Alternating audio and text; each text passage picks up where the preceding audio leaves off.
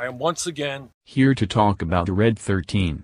Alright YouTube, so I wanted to do a follow-up video to our last upload where we talked about whether or not Red XIII is or isn't a playable character. For one, there's something that I missed entirely from the new trailer that is actually a pretty important detail, and then there's something I just didn't talk about. So the thing that I missed when it came to the new trailer is that Red XIII actually has some materia equipped. Shout out to Michael Slater over on Twitter for tweeting this at me because I was not aware of this. So as you can see clearly here, he has a piece of green materia equipped, or magic materia. In the original game, when we first get him on our team, it is fire materia, so that's probably what it is.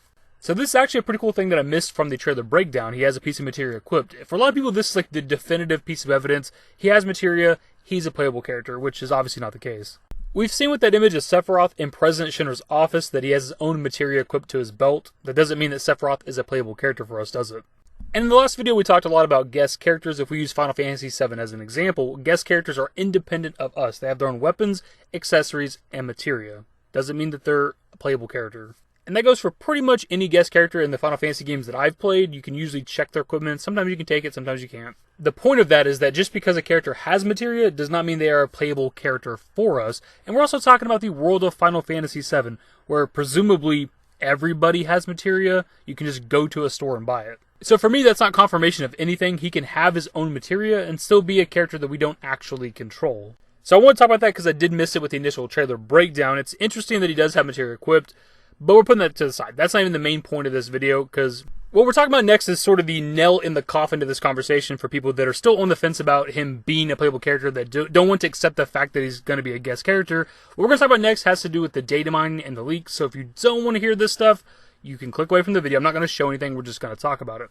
And to be clear, I don't look this stuff up. I'm not, researching the leaks and things like that. You guys know that. I just come across it on my newsfeed on Twitter. I've had people tweet this stuff at me. I've seen it in the comment sections. I've seen it on Reddit, etc., etc. I've just come across this stuff over time. So the main piece of evidence that we have of Red XIII not being a playable character, as in a character that we can control and run around with and fight with, etc., etc., is the fact that through the data mining, we have the entire weapon list of the game. We have every weapon for Cloud, Tifa, Barret, Aerith.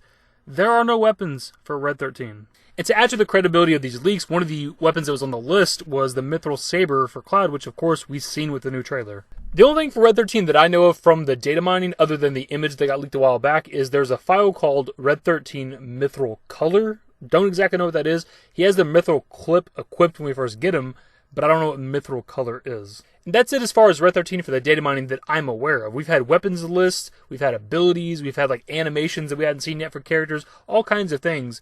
And there's never been anything from the leaks regarding Red XIII being a playable character, ever.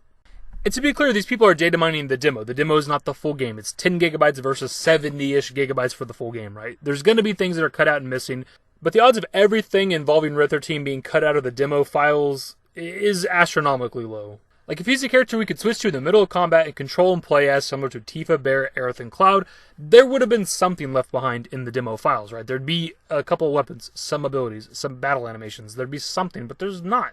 And kind of going back to the last video we did, we're not going to regurgitate everything I said in that video, but they gave us a character reveal and no gameplay, which is very, very strange. It's not what they usually do. And we actually have him in the middle of battle with us, but he has no health bar in the bottom right corner. He's not a character that we can control in that fight anyway.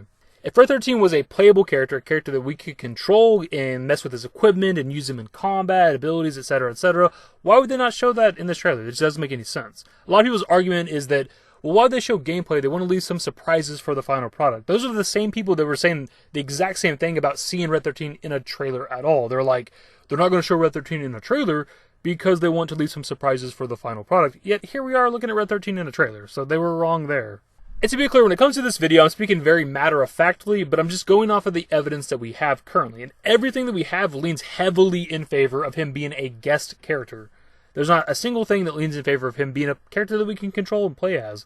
I've had several people comment on my videos to tell me that I'm wrong. He's obviously going to be a playable character, bro. LOL. It's like, well, what do you have to support that? Because there's nothing. You're just saying that. And again, I'm just going off of all the info we have currently. If and when we get the next trailer, there could be gameplay for Red XIII, and that'd be great. I'm hopeful. I want him to be a playable character, obviously, but I'm not holding out for that. I'm not holding my breath. So anyways, I just wanted to make a follow-up video to this discussion because I did not know about the materia thing, and I totally forgot about the weapon list leak and all that other stuff I forgot to mention in the last video. This should hopefully be the last time we have this conversation outside of, Square Enix giving us a trailer that gives us gameplay of Red XIII or confirming for us that he's a playable character, something like that. This should be the last time we discuss Red XIII for a while. Anyways, my dudes, that's pretty much the video. I'm sick and dying. It's like super early in the morning I'm making this video. I don't know if you can tell my voice or not. Gotta go to a birthday party later today, so I thought I'd wake up early and make this video for you guys. Either way, hope you guys enjoyed the video. If you did, give it a thumbs up. Subscribe to the channel if you guys already want to see more Final Fantasy VII Remake content. Turn on notifications. Follow me on Twitter at @dashingdavid. I'm a Discord. Links to my social networks are in the description and in the outro. Later, guys. Give me a smile, give me forever for a while, give me forever for a while. Quit acting like a baby, or at least less like a child. Give me serenity.